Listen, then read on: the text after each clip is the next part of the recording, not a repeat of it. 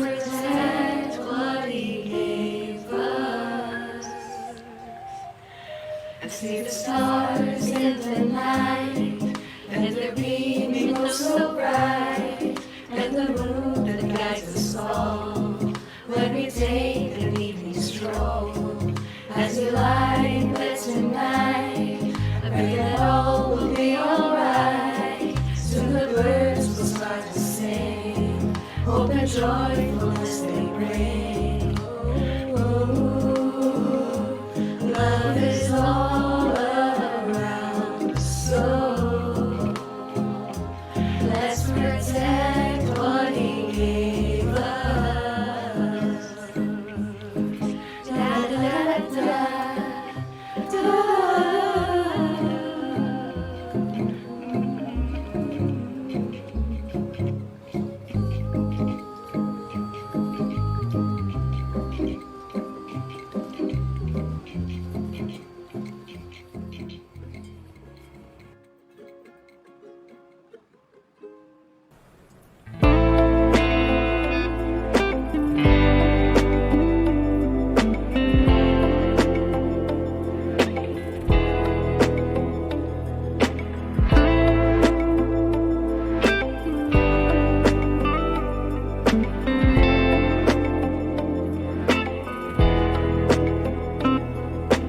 Children cry out, why did you not act, see the facts when there was still time?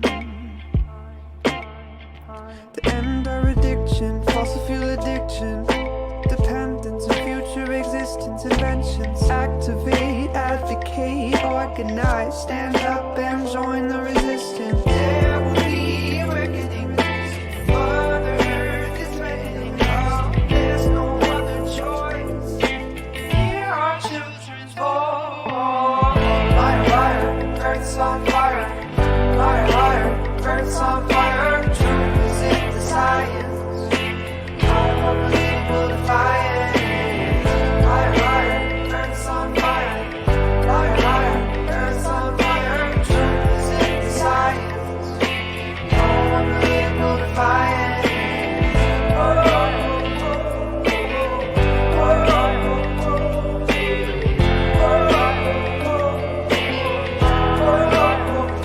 Sound the alarm, cause no harm. Storms and rising seas, drought, famines, floods could bring us to our knees. Warning, warning, sound the alarm, take action for humanity. Stop this insanity, get clarity, carbon neutrality. There will be a reckoning. Mother Earth is reckoning. There's no other choice.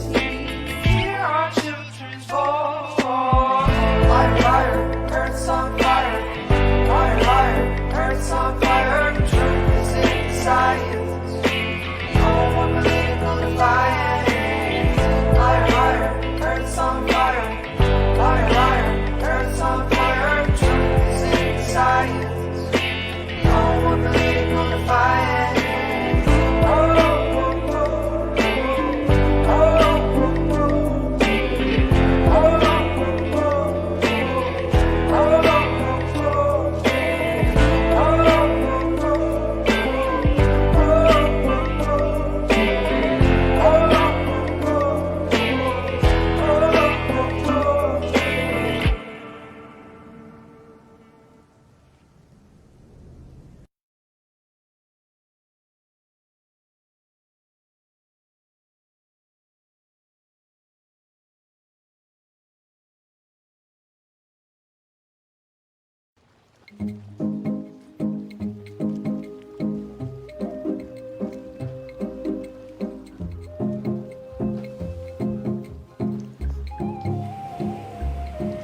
See the sun and the sky, I see a glimmer in your eye, and the mountains and the seas bring us happiness and peace. I feel the wind passing by, the gentle breeze, a lullaby.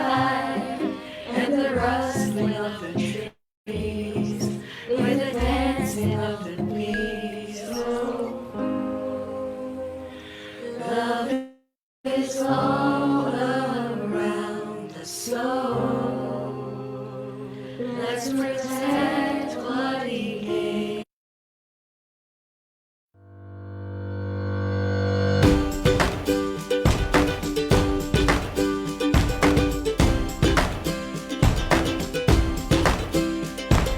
People ask me what my secret is, I just smile and say, follow me. I'm sitting on top of the world, on top of the world. Life's too short not to really live. I got a big heart, I can let you in. I'm sitting on top of the world, on top of the world. On top of the world. I'm sitting on top of the world, on top of the world. On top of the world. People ask me what my secret is, I just smile and say, live for today. I'm sitting on top of the world, on top of the sun came up and I gotta say, see it in a whole new way. I'm sitting on top of the world, on top of the world. Yeah. On top of the world.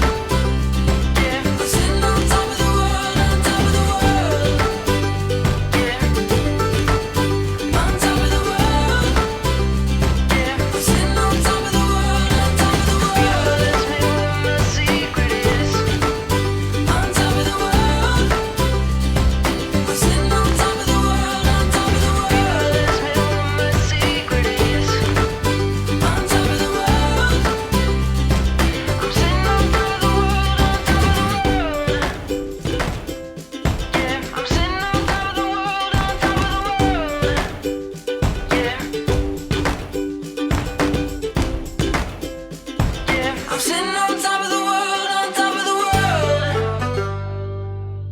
Hello world, wake me up to another good morning, time to go.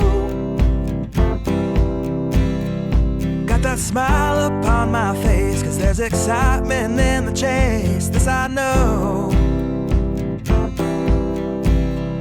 Yeah, I'm going for the ride and find myself, I am alive, and I soar.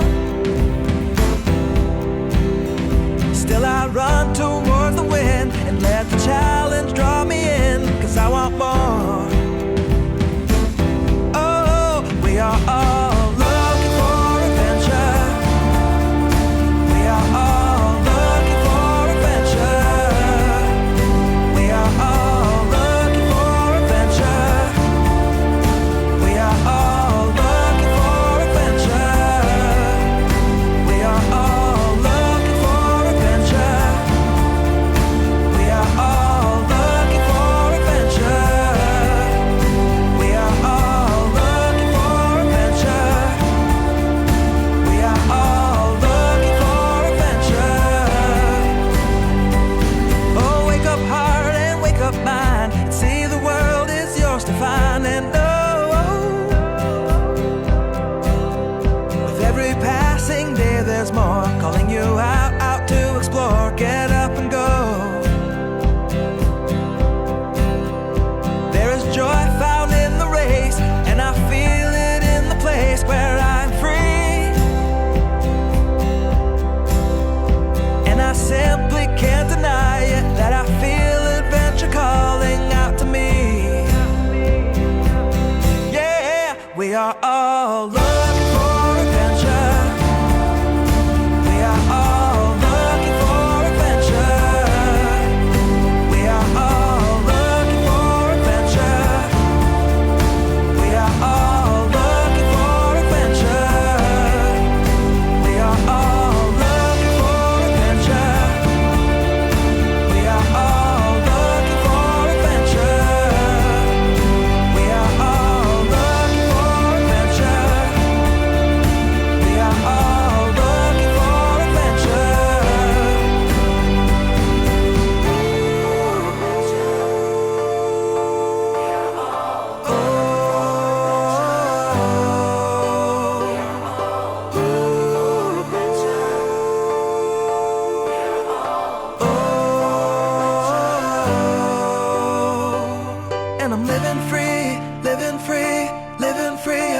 meant to be. Living free, living free, living free, and I was meant to be. I'm living free, living free, living free, and I was meant to be free, meant to be free.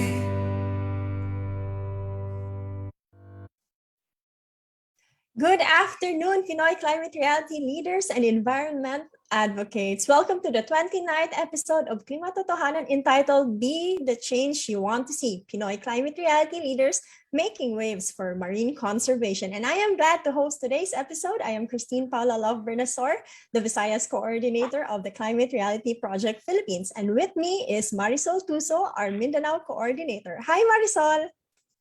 Hi, Paula. It's a pleasure to host this episode with you. And of course, hello to our viewers na makakasama natin tonight. Extra special ang episode natin ngayon dahil we are celebrating the month of the ocean, with the Philippines being the center of marine biodiversity as described by the California Academy of Sciences. This episode will not just celebrate high biodiversity and endemism in the country, but also highlight marine conservation. Our country is home to a unique plethora of sea grasses, invertebrates, seaweeds, and marine mammals. We also hold the third largest and one of the most biodiverse reef areas in the world. Grabe, no? But the ironic thing here is that we also rank the world's third largest ocean polluters. Indeed, the Philippines is struggling to conserve its marine life. Kaya naman in this episode, we invited guests who can share with us their experiences in initiating marine resource management, environmental stewardship, and ocean sustainability. That's why it's a pleasure for us to have them as we celebrate the month of the ocean. But before we introduce our guests, maybe we can give our viewers some reminders first. Yes, Paula, to our viewers on Facebook, we are giving away certificates of participation. Just comment your name and where you're watching from, and don't forget to answer the feedback form, which we'll be sending in the comment section after this episode. Stay with us until the end of the stream to know the details of our Klimatotohanan question challenge of the day. Answer the question and accept the challenge and get a chance to win special prizes from us. Lastly, paalala lang din po that you can send us questions through the Facebook comment section. You can comment them down at any time of the show. Our prod team will be taking note of your questions so that we can ask them to our speakers during the open forum.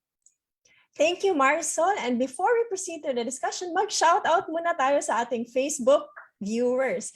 We have Jason Villesa watching from Muntinlupa City, Diana May watching from Nueva Ecija, Junia Moises watching from Antique, Rembrandt Oligario watching from Bacoor, Cavite, Danielle Still Tinambakan watching from Seattle, Negros Oriental, Therese Julian Robles watching from San Jose Occidental, Mindoro, Donel Grace Garcia watching from Cabanatuan City, Nueva Ecija, John Carlo Russell D. Carandang watching from Coronadal, South Cotabato, watching from Dagupan City, Pangasinan. We also have Luella Ledres watching from Valenzuela City, Cristal Del Corpus from City of San Fernando in Pampanga, Maricel Precious Joy Gardose from Binangonan, Rizal, Kent Vincent Servas watching from Dumaguete City, Negros Oriental. We have Lorenzo Miguel K watching from Bacolod. We have Ray Francis Sidaso also watching from Sibulan, Negros Oriental. Charles Samihon watching from Calape, Bohol. Ayan, we're all over the country, no? For those who are watching, maraming salamat sa inyo for tuning in today. Nakaka-inspire, Paula, at this very early period of our show. Ang dami na nanonood sa atin. Shout out sa inyong lahat. Now, to introduce our speakers, meron lamang tayong simpleng question, glimpsing our discussion later. Our first speaker is climate reality leader, Cesar Cadiz, the Director for Learning and Behavior Adoption at Rare Philippines. His principal role is to design and implement data-driven behavior change campaigns and sustainable fisheries management plans in the Philippines, Federated States of Micronesia, and Palau. Phil is a licensed environmental planner, an active member of the Conservation Marketing and Engagement Working Group, International Social Marketing Association, and Philippine Institute of Environmental Planners Cebu chapter. Hi, Phil. Please join us here to greet our viewers and briefly answer the question, what does the ocean mean to you?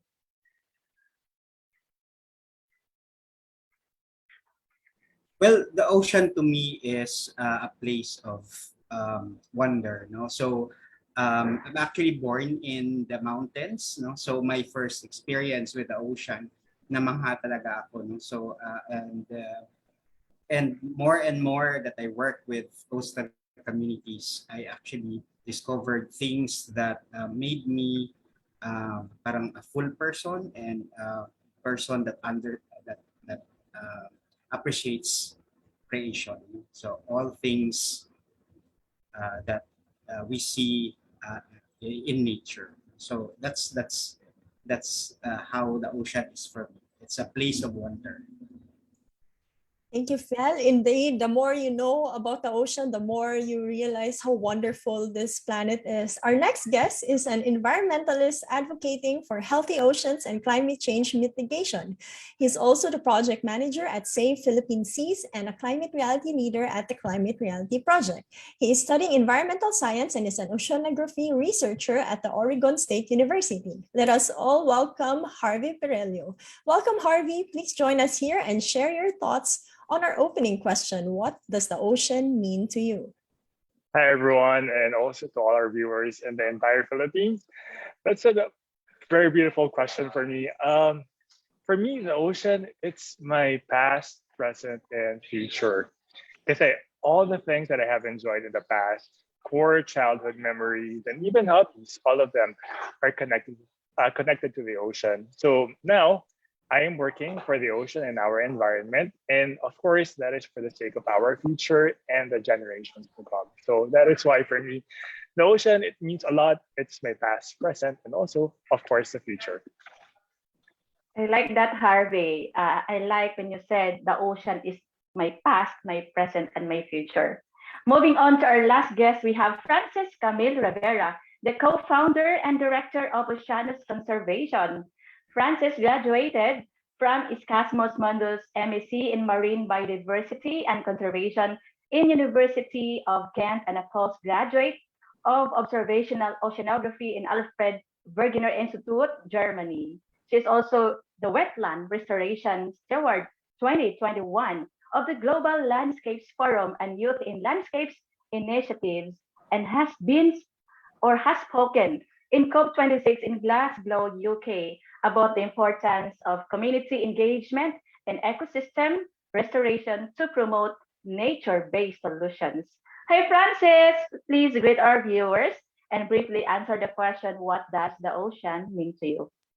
Thank you, Miss Marisol, and thank you for welcoming me for this webinar. I would like to say hello to everyone watching this webinar. And with the question of what does ocean mean to you, I'm actually from Bukidnon. I grew up from the mountains, and the ocean is really a far-fetched area for me, and it's a luxury at that time.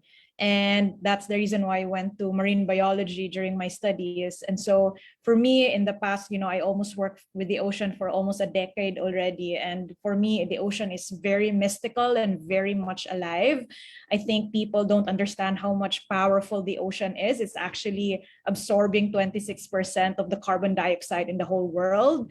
Plus, it also is the one that controls all the weather patterns. And I'm sure Harvey also know this because in the oceanography, we all know about this, how powerful the ocean is. So I think everyone should actually know how important ocean is, not just in our day-to-day lives, but actually in the whole world. So yes, thank you.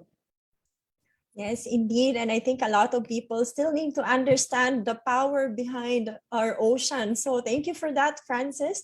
Now that we have heard our speakers, alam ko mas na-excite kayo to hear their discussions. We will talk more with them in a bit. To our viewers on Facebook, you can still invite and tag your friends para makasama naman natin sila in our discussion today. And if you have questions as we move through, feel free to send them in our comment section so we can ask them to the speakers later. Now, this is our opportunity to talk with our guests. To start off our discussion, we have Fel again, who will introduce the Fish Forever program. Hi, Fel. Please join us again here and share with us how RARE encourages individuals and communities to adopt more sustainable practices such as marine conservation. Thank you, Marisol. So as we know, our coastal waters support most spectacular and diverse environments on Earth. No? They sustain life. It's a source of livelihood for millions of Filipinos, and it's critical in slowing down the effects of climate change. One problem, though, which I think Marisol already aptly described earlier, that rural communities are often overlooked and under-resourced. So leaving coastal communities without the capacity to sustain local waters. So the effect of this is that our waters is vulnerable to overfishing and other destructive practices, as well as the impacts of climate change. And it threatens food security, our livelihoods, and also our physical well-being. The collapse of coastal fisheries worldwide is an environmental problem that could lead into a humanitarian crisis. Now, so we have countries actually in the world that have nearly depleted all their fishery stocks. So RARE's Fish Forever program is actually a global leader in reducing coastal overfishing and revitalizing coastal fisheries. Through a global network of almost 100 staff and over 150 partners, Fish Forever mobilizes and strengthens community-led management of coastal fisheries through a model rooted on behavior science. So RARE really put behavioral science in the heart of what we do. So Fish Forever promotes responsible fishing behaviors among local fishers. So in the Philippines, and this responsible fishing behaviors actually started from our work here in the Philippines. We have identified 4 core fishing behaviors to address overfishing. The first one is for fishers to become registered fishers. Understanding who is fishing is core component of managing a fishery. Registering fishers and providing fishers ID, allowing us to identify and understand who is fishing, can lead into a management tool to assign rights to fish in certain areas. Registration can also formalize fishing as a profession. So oftentimes we hear, if we ask fishers, they always say, gamay nga fisher na ako. I mean, fishing is the last resort. So parang there is a negative connotation when you're into fishing. So we wanted to elevate that to a level that fishers are proud, and it's almost like fishing is a profession, with clear identity, and highlights fishers' role as marine resource stewards. So that's the first behavior. The second behavior that we are promoting in Fish Forever is record fish catch. So as the saying say, you can't manage something that you don't know, you can't measure. So it's important that we actually keep a record of how much fish is taken out of the sea. So catch reporting can quantify the full pressure of chronic overfishing in coastal waters. So in RARE, we actually have been promoting a digital app called Our Fish, which facilitate catch reporting and address the entire cycle from collection, dissemination, and use. So this digital transaction could also support personal and household financial management. The third behavior that we've been promoting in Fish Forever is respecting fisheries regulations. Respecting fishery regulations could mean fishing in the right place, with the right gear, at the right time. So respecting these regulations can yield healthier fish populations. The right place means fishing in a managed area, not in a fully protected reserve. And the right gear means legal gear, you know? And right time means respecting close fishing seasons. The last behavior that we've been promoting in Fish Forever is for everyone to participate in fisheries management. Everyone should have a voice. After all, we are a country that depends on fish, no? So it's everyone's responsibility to manage this resource, no? So participating in fisheries related decision making empowers fishing communities to own and steward their resources. Increasing participation may also mean increased compliance with fisheries management group. No, so whoever governs that particular fishing area. You know, participation also includes helping in the design of a management process, attending meetings, and regularly collecting and sharing data about local fisheries and communities. No? So these are the 4 core behaviors that we have been promoting in Fish Forever. So in short, Fish Forever empowers communities with clear rights, strong governance, data for decision making, financial inclusion, and participatory management. No? And it helps local communities in the Philippines and in 8 other countries where we operate to effectively sustain production, build coordinated advocacy with the government, elevate the voices of coastal communities, and give them control over their future. No? So today, actually, Fish Forever, I'm proud to share this. We are actually engaging to more than 1,000 communities, no, across 8 countries. No, uh, the Philippines is one, but here in Southeast Asia, we also operate in Indonesia, and towards the east, we work in Palau and the Federated States of Micronesia. So I think that's it for about Fish Forever and what are the behaviors that we've been promoting in Fish Forever. Thank you, Fel. Indeed, the Fish Forever program aligns with our advocacy of marine conservation in the light of worsening impacts of climate change.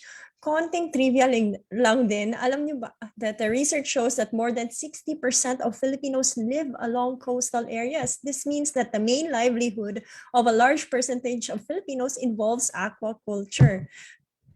And again, salamat, Fel. We will talk with you again later. Maybe there are questions about how do you actually get people to participate, how you get the data behind all the science with how you approach the rare project. So before we proceed to our next discussion, let us hear some of the announcements from the Climate Reality Philippines and its partners.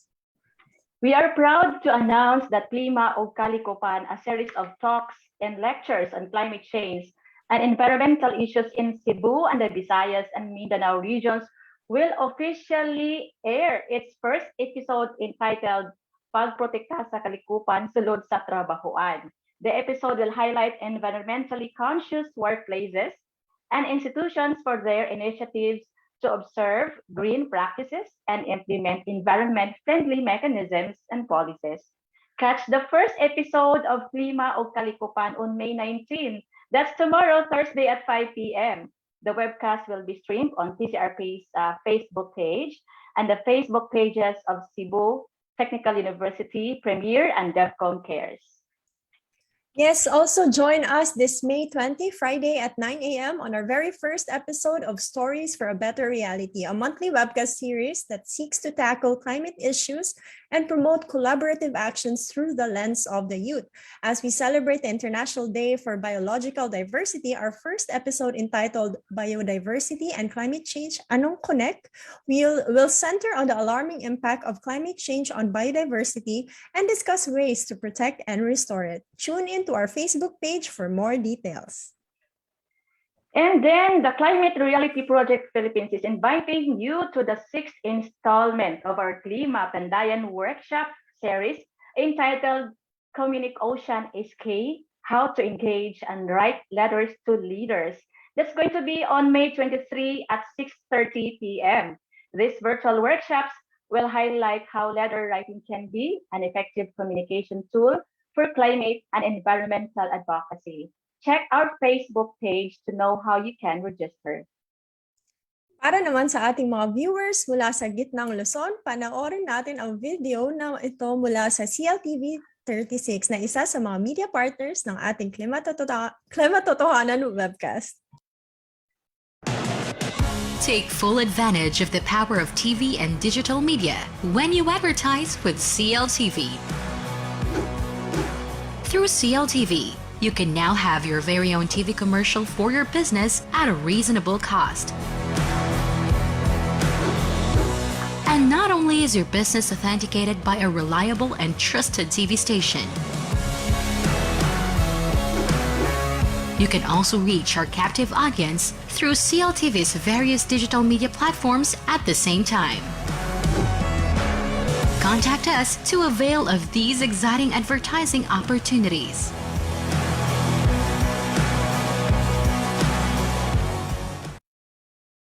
All right, moving on to our discussion. We have Harvey Perello to discuss the different environmental education programs and campaigns of Save Philippine Sea. He will be giving us some advocacy tips in empowering citizens to take action for conservation and restoration. Hello, Harvey. The floor is now yours. Hi, Marisol. So thank you for that. Siguro in terms of the environmental education programs muna and campaigns of Save Philippine Seas. So just to share, I joined SPS in 2020, and then Anna, our executive director, saw that I'm a climate reality leader. And you guys know that if you're a climate reality leader, the doors to opportunities just opens. And she said, SPS hasn't created a campaign solely dedicated to climate change yet. And so my first task, the one that I manage, is to launch a Change the Current online campaign. It's a campaign that aims to educate citizens about the, climate change, why is it happening, and its connection to other issues such as ocean protection or even plastic waste. So the target audience of the campaign are the young individuals, including young at heart. So we really had to think of a way on how we can easily communicate climate change to them. I remember meron pa kami ginawa na materials before wherein we created characters to help personify our ocean. So one of the materials we introduced is introducing the Dagat Rangers. So yung Dagat Rangers, andyan si Petra, Phytoplankton, andyan si Darna Dugong, at Kapitan Bakawan. And yun yung mga ways on how we can help educate our citizens or netizens in terms of environmental education.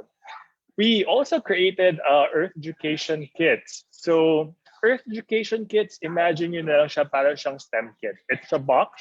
It has a manual, activity guide, meron mga materials in it.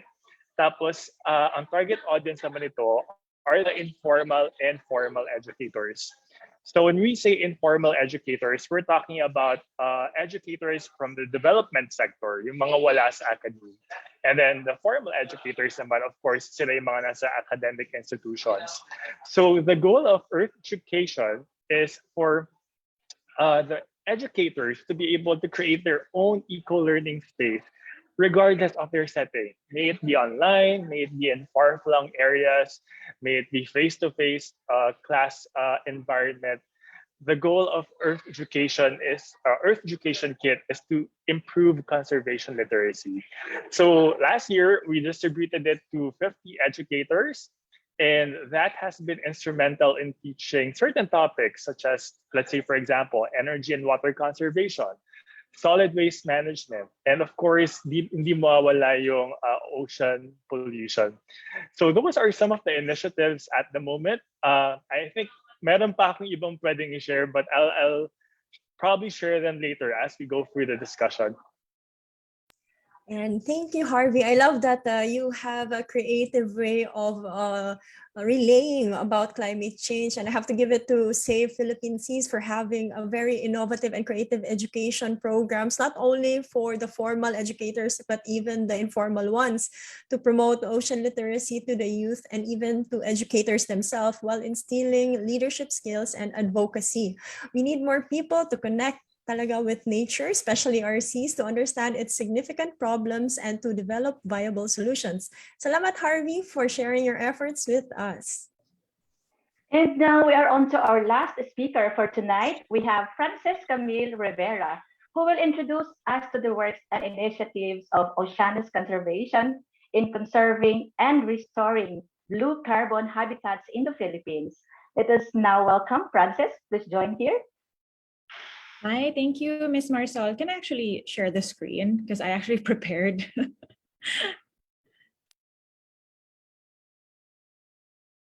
So if the host can, yeah, thank you. So I just want to share our organization and our initiatives. I think it's best that I can kind of showcase like pictures. So basically this is in Bais. We work a lot on habitats, and I think that's the missing link in most of the NGOs in the Philippines, that in marine biodiversity, I think the habitat is the most important thing for us, because this is the place where it's a shelter for all the wildlife. And so we focus on habitats, and basically it's mangroves and seagrass and also coral reef. And basically we have the priority SDGs, and I'm sure most if you are in the climate reality leader and if you're really passionate about the ocean, we do have a lot of SDGs in the whole world, right? And we really focused on these numbers. And that's on life on land, life below water, climate action, and then the zero hunger and quality education comes right after, when we protect the habitat and the ecosystem. And so these are actually our projects, our very main projects. And when we started Oceanus, we were in the time of pandemic and everyone was really, very focused on what's happening around the world. And we also thought about really making sure we focus on avoiding destruction of habitats. And those are the things that we really prioritize. And the same with Save Philippine Seas, we also have the ocean education. I'm actually an educator in my previous NGO, and I noticed that there are a lot of missing link in marine conservation. It's actually part of our education curriculum, but it's not implemented.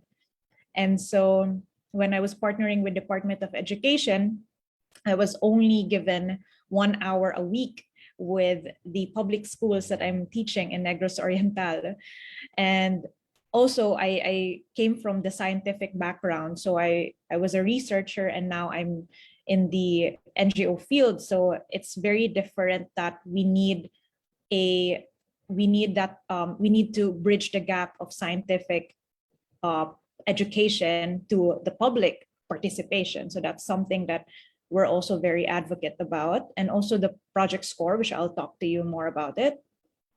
So we do have different partnerships. We have the national and also international partnerships when we work together.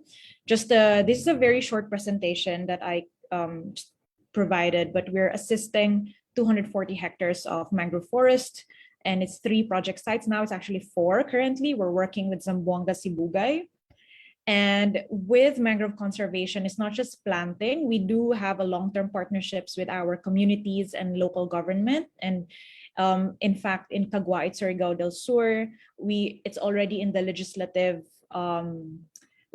partnership, right? So it's not just memorandum of agreement. So we do have criteria when we do the restoration. So we have the biological assessment, we do community engagement, and also institutional support. So without these 3 criteria, it's basically very hard to do restoration. So we want to make sure we include communities when we do some training.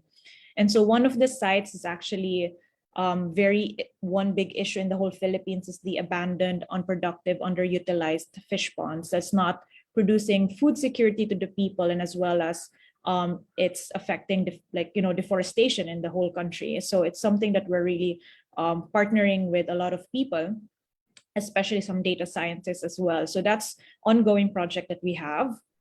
And the other one is the coral reef monitoring, which I'll show you the results of this. It's a technology buoy that we deployed in Batangas and in Palawan. And apparently we already collected data in Batangas, and it's getting us every 30-minute data of 1 meter and 10 meters below the surface of the temperature underwater. And the coral reefs, they go in 10 meters up to like even shallower and until like 30 meters, even deep. You have deep water corals as well. And so we partnered with De La Salle University in Shore Center in Lian, and there's another partnership in Palawan. Just to show you how it looks like, it's a buoy under solar-powered panels, and it has a meter. This two temperature scales. It's 1 meter and 10 meters underwater, and also collects wind, waves, and surface current. So it's very and it gives me in my computer like all this data already. And so just to show you what's happening in Batangas, last year, I don't know if most of you know, but in Calatagan, there was a high bleaching event. And that was because in the coral reef, they can only handle about 31 degrees Celsius. And historically, if you can see, we used to have 29.4 degrees Celsius, and now we reached about 32 degrees. And so if you have friends who doesn't know about climate change, we just have to really say that climate change is real, it's happening. And underwater, it's even affecting a lot of coral reefs and other life below water, right? So just to show you, this is from January to December last year. And so we reached to the, so the bleaching threshold is 31, and we reach about 32 degrees. So it's very, very warm underwater. And back in the days when I used to study, it used to be just 28 degrees under like 1 meter below the surface. So we're getting into that, and I hope you can explain it as well to your fellow climate reality leaders. And the last project that we have is the ocean education. So we create this ocean bilingual storybook, and we partner with youth organizations all around Philippines to do some storytelling. Because when I was doing my education with the young people, they apparently in Bisaya, I spoke Bisaya, and coral reef for them is actually bato, right? So it's a stone. That's how they say like isdang bato is like fish of the rocks or something like that. And I realized that maybe that's the reason why most of the coastal communities step on the corals, or like they think it's a stone and not an animal. So that is the reason why we created this storybook, to kind of like spread it out. And it's actually in different languages already. And if we're actually looking for like people who have different languages, and we want to make it inclusive. So if you are Ilocano, Ilonggo, please feel free to reach out. We do love to include you. And also you'll be part of the whole translation in the first book. So you'll have a book in your hand, like translated by your name. And aside from that, we also spread it out globally. So it's in Spanish and Danish and also Icelandic. So if you want to listen it, this is actually targeted to local kids. They will receive a book. But if you do want to listen the whole story, it's actually grounded for kids. So it became like a podcast where local kids who have access to internet can also listen. So it's actually going out in exclusive, but of course, without funds, we couldn't distribute it a lot of people, but we were only able to distribute about 54 storybooks to local children. And now we launched already our second book, which is about climate change impacts to coral reef. So if you're interested to spread it out and distribute it in your areas, we will be happy to partner with you, and also with the youth storytelling events. This is just our two fundraising events with we're targeting 10 hectares this year for mangroves. And also we have these two books about mangroves in the Philippines, and also the ocean adventures with Cory, that you can also partner with us. So that's it. And yeah, feel free to reach out at info@oceanusconservation.org. Thank you. And thank you, Francis. And I was really impressed to hear about the Smart Buoy. As someone who also have done the MPA survey myself, I know how tedious it is, and you need more data to be better at marine conservation, and also the bilingual storybooks. I think I also can relate when we did also an ocean literacy in Malapascua, where we talked with the kids, and indeed they don't even understand that the corals are are live beings. They just think it's bato nga, it's just rock. So talaga namang commendable ang commitment ng organization to conserving and restoring the blue carbon habitats or to those wetlands that store carbon. As the Philippines ranks 15 as the most mangrove-rich country, nandun talaga yung need to push for its protection to conserve the last remaining blue carbon ecosystem in the country. Muli, salamat sa ating mga speakers for sharing with us their own initiatives and advocacy to preserve and conserve the environmental riches that we have.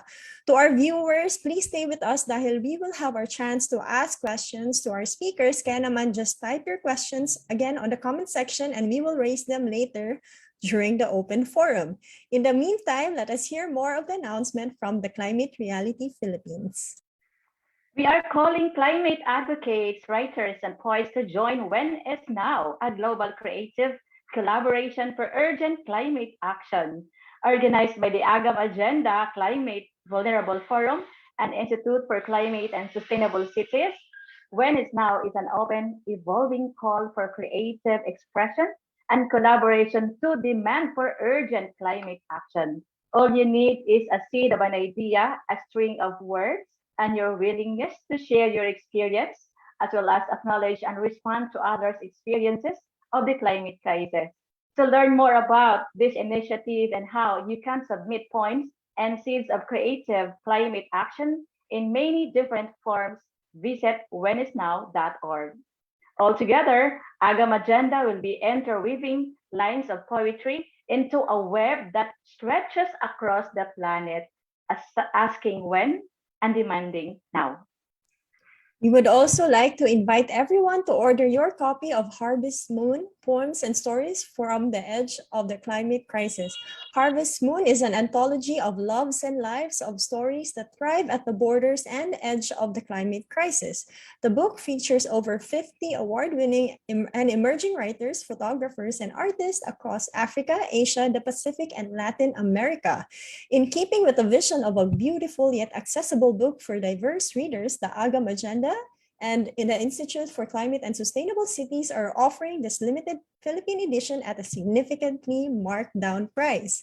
So order yours now at the link flashed on our screen, https:/agamagenda.com/harvest-moon.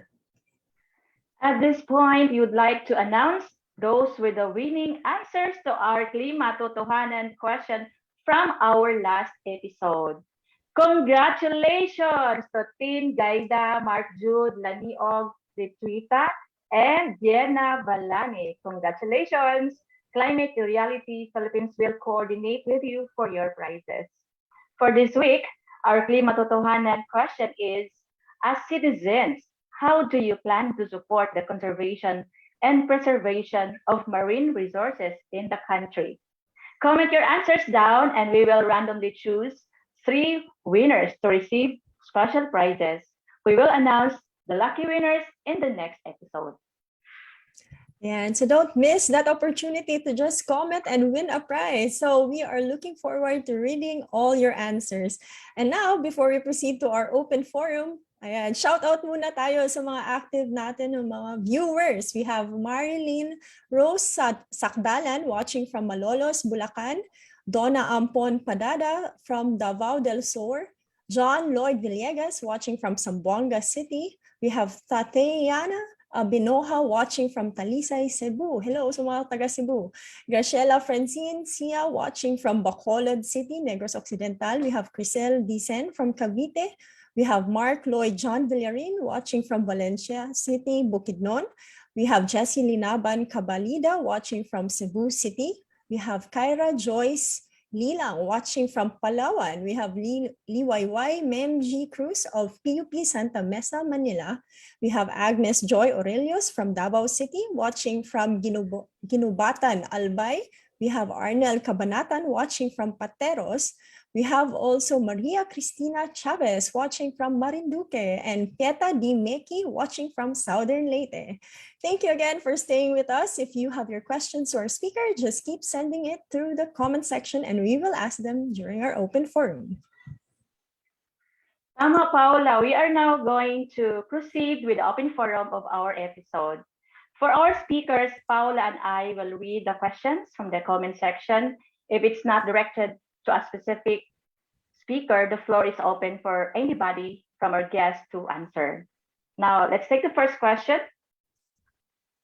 To Harvey, how are you empowering citizens to take action for conservation and restoration? What advocacy, tips, and resources can you provide?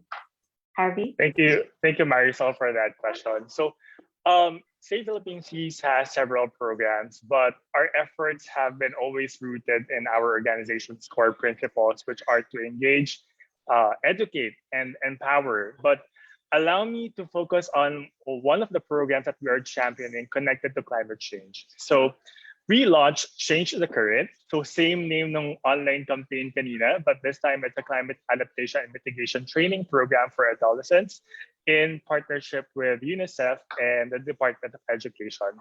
So in 2021, we trained 110 students aged 10 to 19 years old.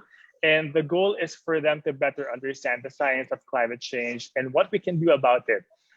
We also taught them some necessary skills like communication and project management skills, because at the end of the program, we asked them to pitch CCAM or project ideas that can help their communities become more climate resilient. So of course, yeah, the winning pitches were awarded with seed funding, and they were able to implement their projects at the community level. It's an ongoing and evolving program. So for this year naman, we also have another batch of Change the Current, but this time we partnered with Young Southeast Asian Leaders Initiative and also the U.S. Embassy in the Philippines. And we're now training adolescents, or actually not adolescents, but mga kabataan na aged 18 to 23 years old on the science of climate change, following the same format. Now, on the second question, what advocacy tips and resources can we provide? In terms of tips, my first tip is to dip your toes in the water, both literally and figuratively. Get involved in environmental causes, broaden your knowledge about marine conservation, and volunteer your time. My close friends know that I started as a volunteer in Save Philippine Seas. So volunteering can be your first step to becoming more active in conservation. And in terms of resources, take advantage of the resources created by environmental organizations. Like Save Philippine Seas, we created toolkits, infographics, letter templates that citizens can use. So that's very much aligned sa Klima Pandayan na padating. And also, there's never a shortage of program aimed at empowering Filipinos to become change makers. So Climate Reality Leadership Core Training is one of them, which serve as my gateway. And also, of course, madami pang ibang programs. In our organization, meron pa kaming Reimagine Recycling. And of course, we have CCAP. So maximize those resources and programs to support your advocacy.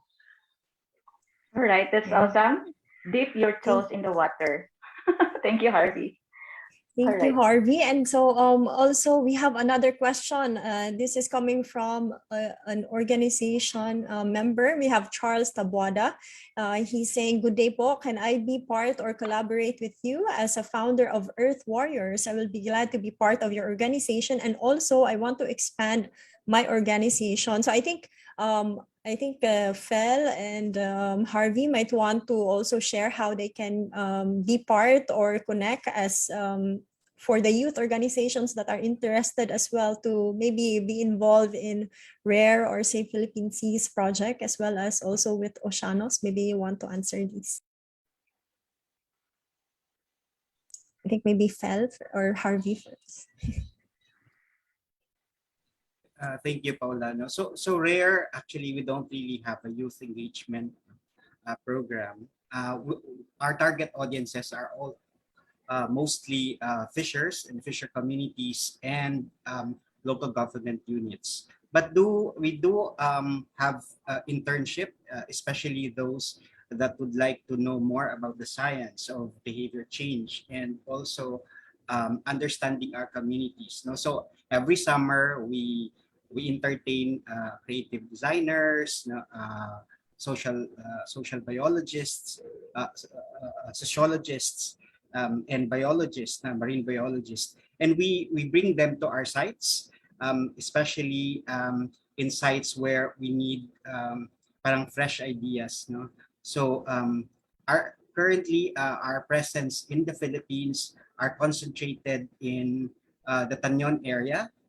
So we have an active program there, Siargao, um, the Bicol region, no, San Miguel Bay and Lamit Bays, and also in the Verde Island Passage. No, so every summer, if there are volunteers coming from universities or graduate students, we usually bring them to communities for for for exposure to um, community work and also working with fishers.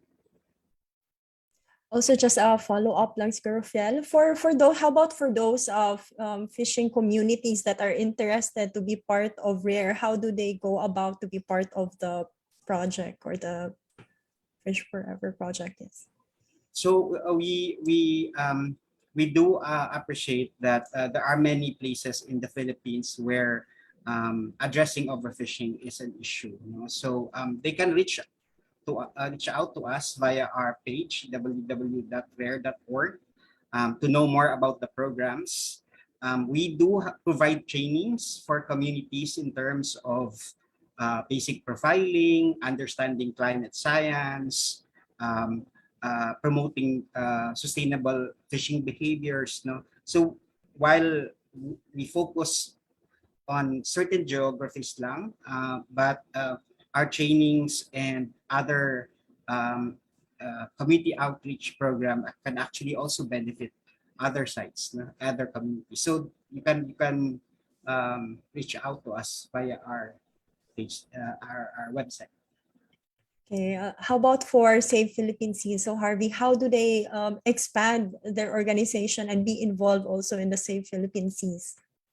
Yeah, that's a very good question. Kasi syempre, our youth, we always, yung mga kabataan natin, they're always thinking of ways on how they can scale up their initiatives. And sometimes as a member of the youth sector, sometimes medyo overwhelm yung mga kabataan natin on thinking, paano ko ba papalawakin yung impact na aking initiatives? So for Save Philippine Seas, although yes, the organization is largely volunteer-led, I would highly recommend that you stay tuned for more announcements sa page namin, because from time to time, we launch programs that can allow your organization to participate. And parang yung sa Change the Current kanina, you can pitch your ideas on how you can scale it up, and we can fund your idea para mas mapalawak yung initiatives na yun. As what our executive director always mentioned, our youth today are not just leaders of tomorrow. They are leaders of today, provided that we give them the platform, the capacity, the funds needed. So may mga opportunities tayo na padating. I won't spoil them for you, but there's a lot of other opportunities in the works for the youth sector who would like to scale up their environmental initiatives. Yeah, and so stay tuned on their official Facebook page to find out more. And maybe you want to also pitch, to share your pitch also for your organization. So check out Save Philippine Seas Facebook page. Again, for the next question, we have Marisol, you want to ask it? Yeah, just maybe before the next question, maybe Camille can also answer to that previous question, because I see in the one of the comments, there's one CRL from the TIT and would like also to connect with your conservation efforts. Yes, Camille. Thank you, Ms. Marisol. Yes, so actually we're looking for more interns because we have two programs. One is the Ocean Literacy nga, na we're looking for different languages in the Philippines that would like to translate the book. So you can be part of that and your organization, and we can provide funds for you to do the storytelling event. And we, of course, we're like an understaffed, we're like a small team in Oceanus, but having your organization to collaborate is a big plus to expand the reach. So that's one. And the second one, which we will be opening soon, it was just after elections, we want to wait it out, but it's citizen science monitoring for mangroves and seagrass. So that's, you can do it individually, so as long as you have a smartphone. And so we'll just announce that in our Facebook page, Instagram, and also in our website. So we will provide a training for that. It's a bit more tedious actually. It's not just taking photos as a citizen science, it's more like really data. So we will be doing the training with you guys. So just reach out and also watch for our social media channels. Thank you. Thank you for that. Thank you for that, Camille. Okay, let me take the next question, Pao. Anyone can answer maybe. What is the role of the ocean in climate change adaptation and mitigation? Would like to take this question? Especially for those people studying oceanography, alam na Just a natin. little, Yeah. just a brief na lang para maka-add yung iba. So I actually mentioned this earlier. The ocean is really a big, powerful agent for our Earth, no? So it's absorbing 26% of our carbon dioxide that we emit, and so it also I'm looking for the term in English. Yung parang it controls our weather patterns. So having to protect the big ocean we have, it's actually also very connected to how we feel with the weather as well. So that's something just to start off the conversation. But I hope people know how big it is in our daily lives. I'd like to add to what Camille said. So I think yung pinakamalaking misconception, I won't really say misconception, but most of the time when we think about the ocean and our climate, parang we see the ocean as an enabler of climate impacts because of a typhoon, the storm surge. But I really agree with what Camille said. It's actually our biggest ally in our combat against climate change. So yung sa sinabi ni Camille kanina na 20+% are being absorbed by the ocean, to put it into perspective for those people na nakakaalam ng konting climate science, currently our carbon dioxide concentration in our atmosphere is around 417 parts per million. If the ocean is not doing its job as a carbon sink, or hindi niya tinatanggap yung carbon from our atmosphere, yung concentration sa atmosphere natin tataasin ng up to 600. And imagine how worse the impacts can get. And aside from that, I think yung mga naka-experience ng Yolanda, they can attest to the power of our ocean in terms of protecting them from climate impacts. There are villages, barangays, during the onslaught of Yolanda na nasave ng mangrove forest. No casualties. May damage to property, yes, but ang daming nasave na buhay. So the ocean has that power. We just need to support it, and we just need to protect it. And indeed, we need to protect our one of our biggest carbon sinks, no? And next question is directed for Camille. What was the creative process like in the development of storybooks for children? Oh, wow, creative process. I think just to give how we started it talaga, it was it will be a short story, don't worry. So it started because of my work as a community manager with the kids in Negros Oriental. And when I was teaching them, it's a 2 years now I've been teaching with the Department of Education as well. I noticed na yung nga, every time I post that question na are corals animal, plants or bato, they really answer bato. Because then when I went to the field, to the fisher folk as well, they always say isdang bato.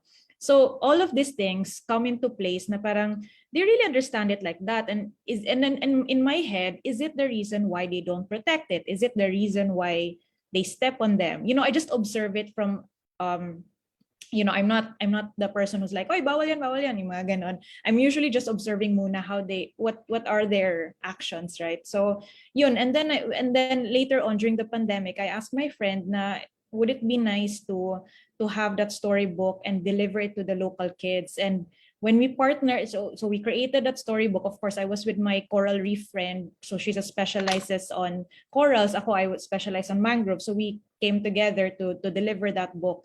But we made sure na it's very, of course, Bisaya and English. There's Tagalog and English, so para maintindihan. And when we printed it out, when we gave it out to local kids, they actually really understood. And also one thing that I noticed pala, the local kids don't read. In our education system, we're very into listening. We're so used to listening that we don't read anymore. And so when we deliver the books and we let them read as their characters, like we ask them like, oh, can you be the coral reef? Can you be the turtle? So in that part of the book, when they were reading, they were having a hard time. So I think that's one thing that we need to consider as well. So it's all just experience that when we created this book. And so when we do storytelling events, we made sure it's not just us or the youth organization delivering, but it's actually together with the kids. So the kids have to read it. So para ma-practice the way they speak. So I think it's something, that's the whole process when we created the book. So I think anyone can do it. Anyone can help out and kind of give awareness to a lot of people, but we need those avenues. We need to partner, we need to collaborate to spread out this how important our coral reefs are. So yeah, I think that's it. Did you have a specific inspiration behind the story that you have published? Was it a personal story or someone siguro that that inspired you to create this story? It was personal because I dealt with kids. I dealt with the coastal communities, not just the kids in school. We dealt with talagang the kids who did not go to school at all. So when I dealt with them and I brought them to the ocean, of course it's one-on-one with the life vest, with a volunteer. We brought them to the ocean, taught them how the signs of the coral reefs are. When they went out of the ocean after 15 minutes of going around teaching them, you can see their faces just lit up, like very happy to see what a coral reef is and how alive it is. So I think it's something that kulang lang sa educational system natin to teach how important this marine life is. And I also gave them the coral reef song. If no one knows about it, you check in YouTube, there's a coral reef song. And so they memorized the whole song, all the kids that I showed that to. So they all memorized it. So I think that's something na inspiring, na it's really based on experience I saw from the kids. So they're my inspiration when we created the book. And I think just coming from this question, maybe I can ask also Harvey, because I know Save Philippine Seas are quite creative with how they package the education, even the visuals. So how do you normally go about in Save Philippine Seas about like coming up with the simple even word of citizen and all this? Where do you guys get all the inspiration for this creativity? Actually, I would say that, at least for me, because si Anna and also our creative director Gab are really creative people. But I think the way that we conceptualize our content, our communication, and everything, we always take a step back and try to imagine how people would react to the communication that we will release. Kasi as you guys know, pag sinabing climate change communication, parang it's full of doom and gloom. Yun yung parang laging way of us communicating climate change to the public.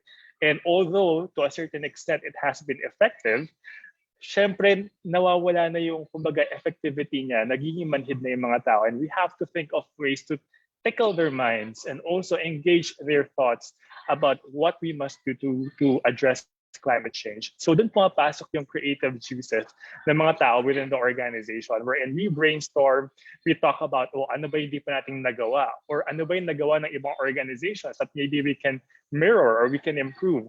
So that's how we tackle things internally. Sometimes it really takes a while. So some mga communicators natin who are creating campaigns, don't get frustrated if you feel na parang ang tagal ko na pag-iisipan pero parang hindi effective. But sometimes it really takes a while. It takes a lot of effort and collaboration among the entire organization. So yun lang. And so wag ma-pressure if you're trying to still find the right words to communicate about climate science. So I guess, well, Yes. for the next question to your Marisol, you want to ask it? Yes, the next question, this is inspiring, and personally, I would like also to learn from Fel, no? The next question would be for Fel. Can you share success stories from Fish Forever program? That's a very good question. No? So the current Fish Forever program is actually the phase two, no, of a 10-year program of RARE. No? The phase one was only 4 countries, no, and based on the assessment of those actually 21 sites. So that's we call it Terminal 21 report. No, and surprisingly, in the Philippines, no, across all sites, there's been a lot of promising increase in terms of biomass and fish abundance. No, so there are success stories um, that we can already share, no? And it's already contained on the book, which can be readily accessed in our website. No, to name specifically, I think the municipality of Tinambak, is one good example. No, I don't know, Paula, when you were in here, nakapunta ka ba ng Tinambak? But the story of Tinambak is very note-taking because much of the fisheries there is suno, no, yung red grouper. And they actually chose it as a flagship species, no, when they were developing a behavior change campaign. 3 years after, they actually recorded the increase of juveniles of grouper in the area. No? So it just shows that the combination of community engagement, no, enforcement, and also effective governance does create a significant change in our communities. No? So as long as they are sustained, of course, 3 years is not enough. No, coral reefs don't grow overnight. No, even not in 3 years, definitely. But there are certain species that we can check that could be indicators of success. And in the case of Tinambak, their success was because the species that they wanted to protect, no? Ito yung species that they were very proud of actually have returned. No? And speaking of good governance, maybe you also want to answer this question, and maybe for the other speakers as well who want to add up, what laws are there to protect marine biodiversity in the country? How are the implementation of these laws going, and what are the gaps, if there are any?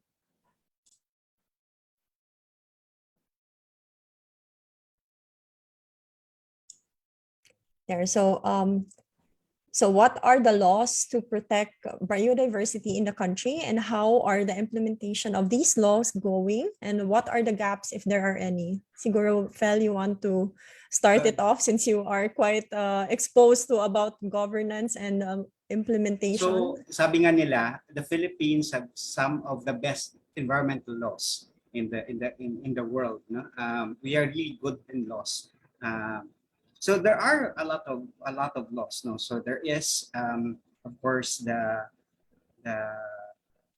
NIPAS Act that declares certain areas of high biodiversity as protected areas. No, and there are many categories of protected areas. So that's one. You know, there are also environmental laws that protect not directly protect environment, but manages, for example, threats to biodiversity. No? So our solid waste management act, no? Or the pollution act. They are not necessarily laws that affect directly, but they are actually trying to manage some of the threats to our ecosystem. No? So sa local government units, the local government code actually provides a lot of functions to local government units to manage their resources, especially their municipal waters and also their terrestrial areas. No? So I would say in terms of, I mean, there's no law talaga na parang completo enough that you can only cite that, no? I think it's really a combination of the laws that you can employ para at least maprotektahan yung environment. So local government code, the NIPAS Act, other laws that protect the air, the water, and solid waste. Yeah, so maybe also the other speakers want to add, what do you see are the gaps? I think since you have also been exposed doing ocean literacy. I would like to add to what Fel mentioned. I agree with Fel. No, we have a pretty comprehensive laws. Although I agree that na medyo kulang dun sa targeted laws that addresses a specific issue. But I think for me, the biggest gap in our policies would be on the implementation side. So that's where we always lack. So say, for example, Solid Waste Management Act, it has been there for quite some time. And yet we still struggle to segregate. We still struggle to recycle. So we need to take like a more systemic approach and see alin dito yung mga opportunities sa kaya pa nating i-address or kailangang baguhin. Kasi if one part of the system is not working, regardless if super ganda ng policy na naka-back dyan, walang mangyayari because the implementation of that policy is flawed. So yun yung kailangan nating tutukan. Let's take a look at all the aspects of the policy and how it is being implemented. And from there, baka kaya nating gawa ng solution on what are the best steps of action for us to make it more effective. And just to Okay. add na lang din, Yes. thank you. Sorry. Just to add na lang, I think also with our work sa mangroves, I mean, everyone knows that it's not allowed to cut. So that's part of the national law natin na it's not allowed to cut. And marami pa rin in all the communities that I've been to, marami pa rin nag-illegal log for charcoal and all that. And even we have a Reforestation Act, Coastal Green Belt. And I think one of the things that I also want to add, the gap really is exactly what Harvey said, is the implementation, but also the enforcement. Just one example is when I was going through our projects, abandoned, underutilized, unproductive fish ponds. This is actually the job for Bureau of Fisheries as well as the Department of Environment. But however, supposed to be sa parang constitution natin is to make sure na updated yung mga yung mga fish ponds na it's not working anymore and they should be reverted back to mangrove forest. That's part of DNR. However, it's being hindi ginagawa ng other departments, hindi na-update. I'm not gonna trickle down to the specifics, pero that was we've had a really big problem back in Negros as well. We tried our best to work together with these agencies and really identify. We even gave all the data and all that, but of all the 200 hectares na pwedeng ma-revert, is only 6 hectares ang kaya because maraming in between na tinitignan, like people, the coastal communities. Is it may mga, like, what is that called, mga agency, government, like and coastal communities biglang mag-a-appear na sa kanilang land yan. So there's a lot of land tenureship also happening.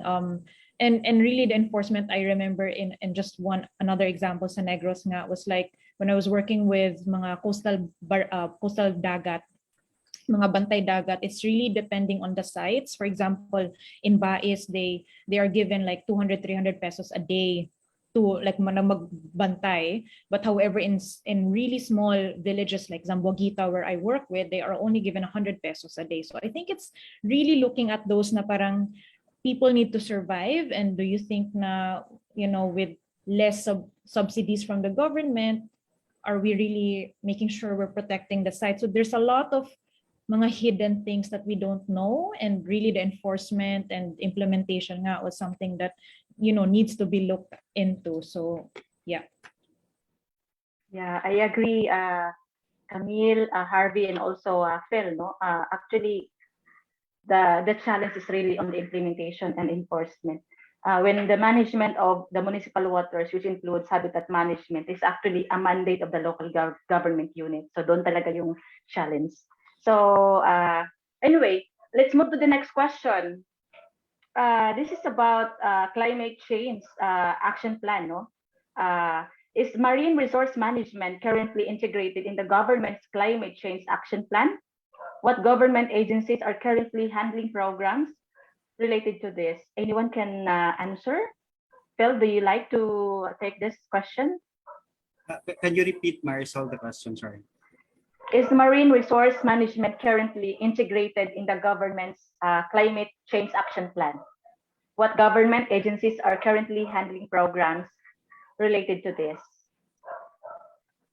I think it really depends, no? So it really depends on the local government units. Yes. There are local government units that understand that to address a particular issue, they have to have a systems parang approach, no, looking at the different dimensions, no. So like in local government units that I've worked with, they really look at the connection between the forest, the urban areas, and the sea, no, and come up with like comprehensive land use and water plan, no. So and oftentimes these plans, they already incorporate certain policies how they manage the water and also address climate change, no.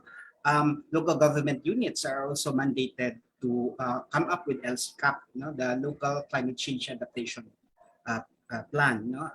Unfortunately, the process itself is costly, no. So not all local government units, especially fifth class, fourth class municipalities, are able to gather all information to feed into the LCCAP formulation, no. And I think the government is trying its best to simplify this process.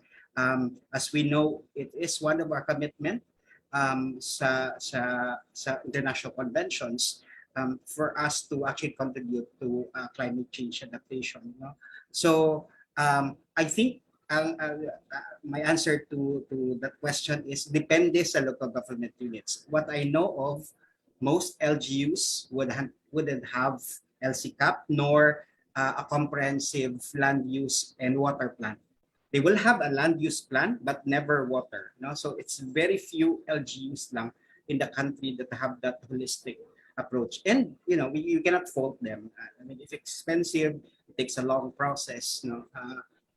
Pero yun nga, sabi nga nila, you have to start somewhere. You don't have to finish the plan immediately. Maybe invest on researches that eventually will come. You can come up with local government plans. So yeah, I agree, Phil. No, the marine conservation or even the coastal resource management plan of the LGU should be included in the LCAP, local change adaptation plan. I have started this with Surigao del Sur already. We hope that this has to be integrated. So it's a call for LGUs to include the marine conservation management, the coastal resource management per se, to the local change adaptation plan for climate change programs. Yeah. So anyone can add? All right, Tapao, can you proceed? Yeah, just I to think add also, sorry. yes, go ahead, Camille. Yeah, just yeah, to add, okay. I think sakto yung like sinabi ni Sir Fel, no? I think with the depende sa local government, I know there is in national and I know that there is a department sa DNR, Coastal Management Office dapat overseeing that. And I do remember not all LGUs have the climate change action plan. I remember few of the local government reached out kasi they only have a small budget but I think only vulnerability assessment yung pinapa-assess sa amin. And they have a small budget which is really hard also for us na makuha lahat ng gusto nila. So it was something na nahirapan kami to balance. So isa din yun. So yes. Yeah, and I think we also discussed it actually among the Visayas climate reality leaders because a lot of our leaders are also involved in planning for the DRR. And when it comes to actually marine protection and conservation, it becomes an afterthought. One of the example is here in Lapu-Lapu, actually grabe yung damage sa coral reefs, and yet no one is thinking about it or how it can actually help them again in case a similar typhoon hits like Cebu City. So I think one of our climate reality leader actually voiced out that she has been trying to push talaga to include marine protection and conservation within their action plan. But again, because of the gaps of education, not everyone knows or understands like what we're talking about now, the relation between ocean and climate change. So afterthought lang talaga na, oh yeah, maybe we should also do this sa marine protection and conservation. So since we are already like going and discussing about the government's role, the next question is, what should the next administration prioritize in terms of marine protection and conservation? So it's open for all the speakers. Ayan, nakasmile lahat. Parang alam na nila. I want to go first na lang. I think for me, really, we're looking at our leaders, no, really. And I was telling this to my staff, of course, maraming na disheartened, but I think what we need to do is not just to the leaders, but all of us have to work. The leader is in all of us, not just to one, just to remind everyone. And they're just going to delegate as well. And I think for me talaga, even in working with this for almost a decade, it's a lot of collaborations. It could be like DNR, Bureau of Fisheries, the Office of the President, the Department of Works and Highways, all these mga, everything is multi-sectoral, just to put that into perspective, and it's no one size fits all. So I think the next administration has to listen to all ears, listen to all aspects of, creating these projects in the Philippines, but in making sure it is balanced environment, balanced with people and the community's needs as well. So we just need all that in balance and not parang mawala yung our resources just because of selfish needs, right? So those are my points na talagang we also have something to take, to lead, to act, not just our leaders. And we all know that as running an NGO, hindi natin kaya yan. So we all delegate it to our staff as well, right? So that's something we all have to work together. I'd like to add to what Camille said. I agree with her that yes, there's a leader in all of us. I think we have to remind everyone that dapat our love for our country and also for our environment is bigger and stronger than our love for the government. So, but we also acknowledge that of course there will be challenges since this will be a new administration. We just have to make sure that one, we applaud whatever progress that the government does, but at the same time we remain vigilant on what are the opportunities that we can see from how things are being handled, especially in climate change adaptation and mitigation. But to also add to what Camille said, I think one of the things that the government should look into, aside from, of course, listening to the stakeholders involved, is to also think of how we can transition everyone to a much greener economy. Kasi the solutions are there, it's already available. Alam na natin yan, the science is well established, but at the same time, on the economic standpoint and also social standpoint, the biggest question is, how can we make sure that as the country progresses, kasama yung mga kababayan natin na nagpo-progress and hindi sila naiiwanan at kasama silang nata-transition dun sa mga gusto natin mangyari for our environment. So I think that should be one of the priorities. Kanina si Camille sabi niya na sa mangrove protection, may mga nakausap sila na paano yan? Pinuputo na yung mangroves for charcoal and so on. That's another dilemma na na-experience din namin sa Save Philippine Seas kasi meron kami mga bata, project proponents na they want to pitch a mangrove protection project pero hindi nila maisip paano na ibabalance yung needs ng mga tao at also ng environment. So even us sa development sector, challenge tayo in that aspect. So we have to work with the government. And also, the government has to listen to us. All right, thank you. Si Phil, would you like to add? I like the point ni Camille and Harvey, no? I especially like the the comment ni Harvey, let's not start let's not start from the beginning. No, so there are actually excellent programs of government. No, so continue those, learn from the mistakes and enhance. Ang oftentimes kasi na problema is every administration may sariling agenda. No, so hindi nasusunod. No, effective siya in the term of the president, 6 years. Pero parang we always start from the beginning when a new administrations come in. You know? So that's one for me. Rare is also a part of a consortium of stakeholders that has been pushing for the establishment of DOFAR, Department of Fisheries.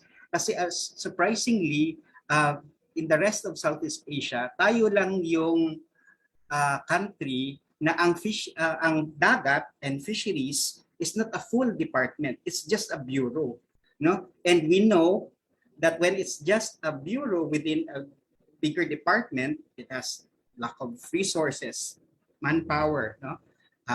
Everything. No? So we've been pushing kung pwede since we rely a lot from our seas, no? It's probably high time that we give focus to creating a Department of Fisheries. Yeah, I like the idea. I am also for that. Since Philippines is archipelagic country and we rely much on the oceans. Thank you so much, Phil, and everyone. Okay, so Camille, your storybook is really getting more interesting. So there's one from Aldrin James Polano Calantas. How would we reach out, Ma'am Camille Rivera, if we are interested on the book translation? Yeah, just email us, please, info@oceanusconservation.org. And I'm checking it every day, don't worry. So I'll reply to you. So just email us in our website. So there's a contact form. Thank you, Camille. And we also have a comment from Ailey. Sabi niya, thank you so much for this webinar. I am an agriculture student and this topic interests me so much kasi hindi naman ito nababanggit sa course namin and it's very informative. Yan. All right, so this is interesting. Shift tayo to the private players in the country. What is the role that the private business sector plays in marine protection more than implementing corporate social responsibility programs? How could they integrate marine protection in their business operations? Anyone would like to take the response first? Just to Harvey? Sorry. Okay, yeah, Camille, yeah, please take it. Parang like a brief information. Most of the Western countries, when I attended the COP kasi, there's a big push on carbon, yung absorption of carbon, so mga blue carbon, putting ocean as priority. So what I saw there is most private companies are going beyond their corporate social responsibility by even reducing yung mga supply chains nila, checking each supply chain if they're, producing so much plastic ba. So they're really making sure it's really reduced, and even with their carbon emissions, they're targeting net zero emissions as well. So those are, actually I was telling this a lot of corporate companies here in the Philippines because most of our funding in Oceanus is international because they want to protect the mangroves in the Philippines. And I was wondering bakit sa Philippines walang corporate companies doing that, na the net zero emissions as well. So something to look forward to, and they can do that like through, fundraising for mga local NGOs that are really producing actions on the ground, and as well as they can reduce their emissions in their own companies as well. Thanks, Camille. Anyone? Yeah, in addition to that, I think yung isa sa mga example na laging tumatatak sa akin is how Apple is doing it. Na ang goal nila is to offer their supply chain to be carbon neutral. And that same goes for Google. Though their goal is to ensure that their energy source would be 100% renewable energy. So I think that's something that should inspire local businesses. And at the same time, I think the businesses are also realizing the importance of making the shift, because it's becoming very economically impractical not to do so. It's not sustainable. And some businesses here in the Philippines are starting to do that na. Although we just need to further push and work with them. Yun yung isa sigurong pinaka-importante that I would like to say. We have to work with the private sector. I know that a lot of people would think that, no, we have to antagonize them. We have to point out whatever wrong they're doing, which is true. They need to know that because they need that third-party perspective. But at the same time, if we want to speed up this process, if we want to get to our target as soon as possible, then the best way is for all stakeholders to work together. Yun siguro yung pinaka-importanting role din ng private sector. They have to be open to it, and they have to look into the possibility that their existing efforts, their existing processes are no longer working towards their advantage, aside from, of course, impacting the environment negatively. All right, thank you, Harvey. Maybe Phil would like to add, starting from his idea kanina that participation from the community is really very important. So from that word, participatory, maybe, of course, the private sector should come in. Phil. Right. So as we know, it's actually expensive to run environmental projects. No, so in the Philippines, we've been relying with ODAs, no, overseas development assistance, no, and that's, I think, no longer viable. I think the move is really for industries and stakeholders in the country to finance these projects, no, environmental projects. After all, if we let our oceans, for example, continue being depleted, all businesses actually can also suffer. So there are direct impacts from not investing to our oceans. No, so in Rare actually launched a blended finance strategy in the last 6 years, and the idea here is mobilizing governments. No? Surprisingly, if you look actually at the budget of local government units, madaming pera na pwedeng immobilize. No? Much of this though go to infrastructure. But if we can actually influence our local government units to invest on not nature-based solutions and not just gray infrastructure, this could actually be a great opportunity to make use of limited money from the government. Also, as Camille pointed out, and Harvey also mentioned, na mangilan-ngilan actually yung mga organizations that are already looking into this, either checking their own value chain, no, how they source their products, and making sure that they are getting it from sustainable, they are getting their sources or products from sustainable means. No, so slowly, I think the country is awakening in terms of that. In terms of it takes everyone, no, private, government, individuals, groups to change, for example, how we look at the oceans and how important is it for us to work together. Yeah, that's a very good idea. Yeah, really very important. It's important to bring in every player, stakeholders, government, non-government organizations, community itself, and of course the private sector for investments in the management of marine resources. Pao? Yes, I think earlier you mentioned about data, and I think I went over the Center for Biological Diversity, and I saw that we have submitted our target goals. So I don't think it's updated. So any of you can give us an insight. How far are we from the submitted target goals when it comes to marine biodiversity? Since you are more in touch with the actual data.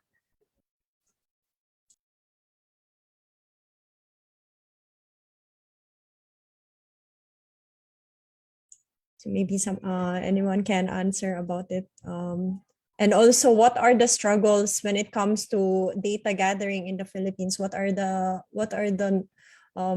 most obvious struggles when it comes to getting the community to care about data? What are the misconceptions that they have as well that you have encountered during the process?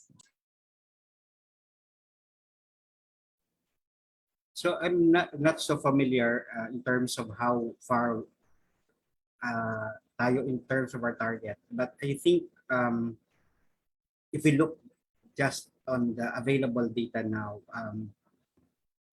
I think we haven't really addressed many of the issues that we have set forth when we set the targets in IG.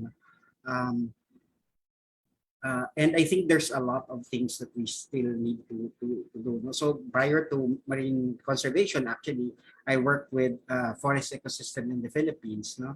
And still a lot of forests are being cleared in the Philippines. So that in itself actually points to that we are missing our targets. In terms of your question, Paula, on your second question, there is a misconception that or conception that data, when you deal with data, you have to be a scientist. No? And it's actually the realm of the scientist. But we are actually coming into a generation that everyone has actually access to information. No, so and I think that is a powerful tool. No, so we have now, for example, a lot of programs that builds on citizen science. No, coral bleaching, for example. We have partnership with Coral Bleaching Watch, and we tell them the communities. No, you don't have to be a scientist to report coral bleaching. You know, all you need to do is either have a cell phone, take a picture, send it to a Facebook page. No, so that in itself is actually already science and using data to for example influence management. No? So yeah, that's the first misconception. It's the realm of scientists. Second is it's expensive. No, oh yes, that's true. But again, there are actually a lot of attempts to simplify all information that or like equipments that are needed to collect ocean science or ocean data. No? Well, together with actually with say the Philippine Seas, they actually created parang design thinking sessions where students actually come up with low cost solutions, no, that can work in the communities local using local resources. So I think while science is expensive, that's true, but it's not inaccessible. It's actually accessible. And yeah, as I mentioned earlier, everyone in us is a scientist, and I think that's been the move of many organizations, you know, to push for citizen science.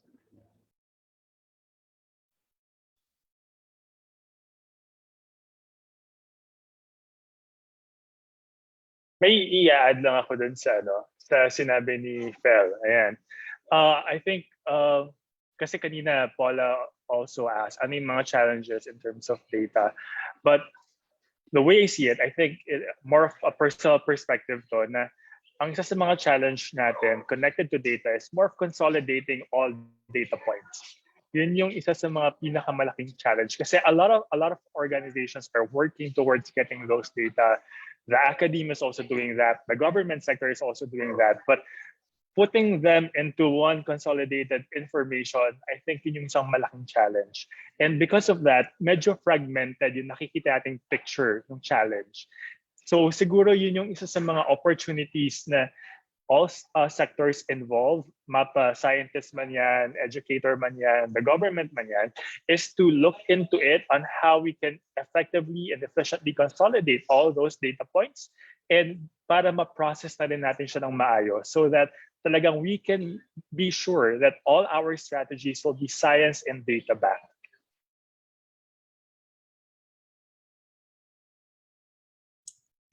Do you have anything to add, siguro, Camille, or are you? Yeah, just to commend also Harvey. That's when I was doing all the webinars a lot in mangroves, not just me but international people has been asking like, bakit pa iba-iba yung mangrove content niyo? I like mangrove extent niyo. And I had to look into it, like grabe, it was, yes, we have the data. However, like I think the Department of Environment showed it like 2015, right? So hindi siya updated all the time. Again, it's the lack of national parang consolidation nga of everything because we are, different islands and different entities is researching this and that. So walang nagko-consolidate ng mga ganon. And I think that was the lacking part na although we have that pero walang nag-check on. For example, yes, we do have this 356,000 hectares but ilan dun yung natural forest, ilan dun yung planted, right? So hindi nga natin alam yun. Even me who's trying to, saan ba yung data na yun? So in terms of the targets that you mentioned, I do remember attending this webinar sa Aichi Targets, or it was in Global Youth Biodiversity Network. Sa targets natin sa Philippines, may Aichi targets tayo for biological diversity. Iba pa yung mga ibang targets for climate change, no? But for biodiversity targets, I do remember that Philippines is super lacking. Like, hindi talaga yan tinitingnan. We're not even close to 50% achieving that. Yun yung alam ko na remember ko. So, that's one thing to answer your question. But I think it really needs multi-sectoral na collaboration. Hindi kaya to ng just scientists alone. And that's the reason why I think Sir Fel was mentioning about citizen science. And there's all scientists in us, right? It's just a matter of curiosity for these people. Are you really curious enough to help the data gatherers? Kasi yan yung pinaka-problem ng Philippines, even all around the world, is the gap of science and public participation. Wala yun eh. So there's a specific profession for that. It's called scientific communication. Iba pa yan. So they are trained to relay science in a layman's term, in a public term. And I think a lot of organizations we have to commend, they're doing that a lot. And I think we just need to train people how to collect data. And yes, it is expensive. Being a marine biologist, we have to go underwater. That cost a lot as well. We don't have our own equipment, we rent it pa. So everything is parang domino effect, no? They need to have budget to be able to do that collection of data. It cannot be just snorkeling, hindi kaya, especially when you go underwater. Just to mention as well, when we partnered with De La Salle University, they have data, temperature data that only collects that you have to get it. It doesn't give you in a real time. So when we put out the buya in Batangas and in Palawan, it gives me that real time, but it came from US pa as an in-kind donation to us.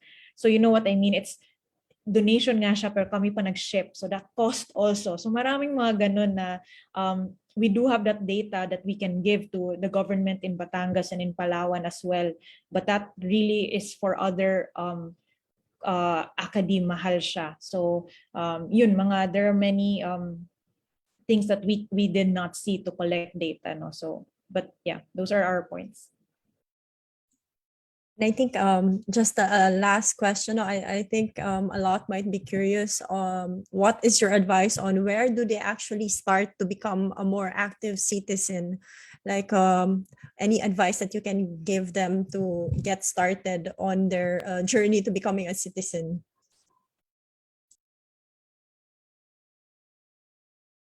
Just to start na lang din.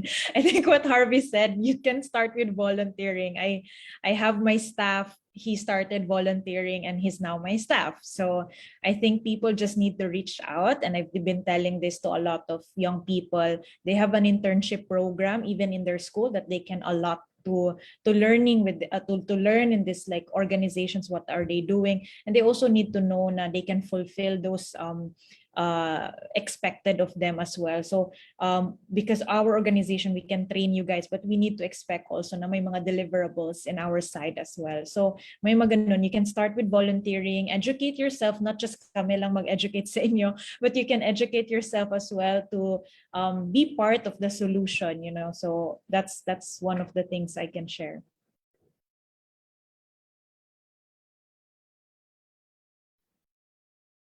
Ako naman, coming from the mountains, my curiosity actually of the sea started when I asked, where is my fish coming from? So if you're into fish and you're eating fish, maybe that could be a good start. Now ask, where is it coming from? Of course, I am assuming hindi ito from aquaculture. Ito yung galing sa dagat. And when you go to the market, ask people, saan yung pinukuha, sino kumukuha, some area. And I think to me, understanding the connection of the sea, because we consume it, it's one way to connect with the ocean. So yeah, that would be my advice. Ask questions. Where is your fish coming from? Sa akin naman, I think aside from what I mentioned earlier in terms of being active and being the one to reach out, I think what's important for us or for those people who would like to start their initiatives in marine conservation is to trace their roots, kumbaga. Medyo similar to what Phil mentioned na parang you have to ask saan nanggagaling yung isda mo. Pero ikaw naman, parang sa isang tao, you have to look back. How did the ocean somehow help you in the past? What are the things that you got from the ocean? And what are the things that are happening right now to our ocean? I think those three questions could become instrumental in giving you that awakening and letting you understand na, uy, meron pala akong kailangan gawin. Or meron pala akong di pa alam in terms of marine conservation. So it all boils down to asking questions talaga eh. You have to be curious. You have to have that interest. Although we also acknowledge that, of course, not everyone do have that intrinsic connection to our ocean. If that's the case, then as mentioned, can you dip your toes in the water? Once you're there, I think everyone in this group would be able to attest, ma-appreciate nyo siya at makikita nyo kung gaano kaganda ang ating karagatan. Yeah, and so yes, definitely it's important to start asking questions that gets you to volunteer and even get you to start dipping your toes, as Harvey said. So in the interest of time, we will end our open forum here. Salamat sa ating viewers for sending their questions and to our guests na nag-share ng kanilang thoughts at experiences. Ngayon naman, we will once again invite our speakers to wrap up the discussion by answering this question. Why should the citizens care about marine conservation? You can go first, Fel. To me, our oceans is actually part of our life. So you are not a Filipino if you're not connected with the ocean. So and finding those connections, as Harvey was saying, is important, for us to become more aware and identify what we can do for our ocean. So to me, it's part of being a Filipino, and if we lose that connection with the ocean, we lose also our identity as a Filipino. So that's why it's important. You're not a Filipino if you're not connected, but at least you're not aware of our oceans around us. All right. Thank you, Fel. I am a Filipino. How about you, Harvey? Ayan. So, kanina, when we were introducing ourselves, I mentioned that for me, the ocean is my past, present, and future. And I know that most Filipinos can relate to how I feel towards the ocean. Kasi halos lahat tayo, we grew up like kilometers away from the shore. Some can relate to the ocean because at of their past, maybe because of present, because maybe yung hanap buhay nila nakakonekta sa ocean, or they've been to tourist destinations.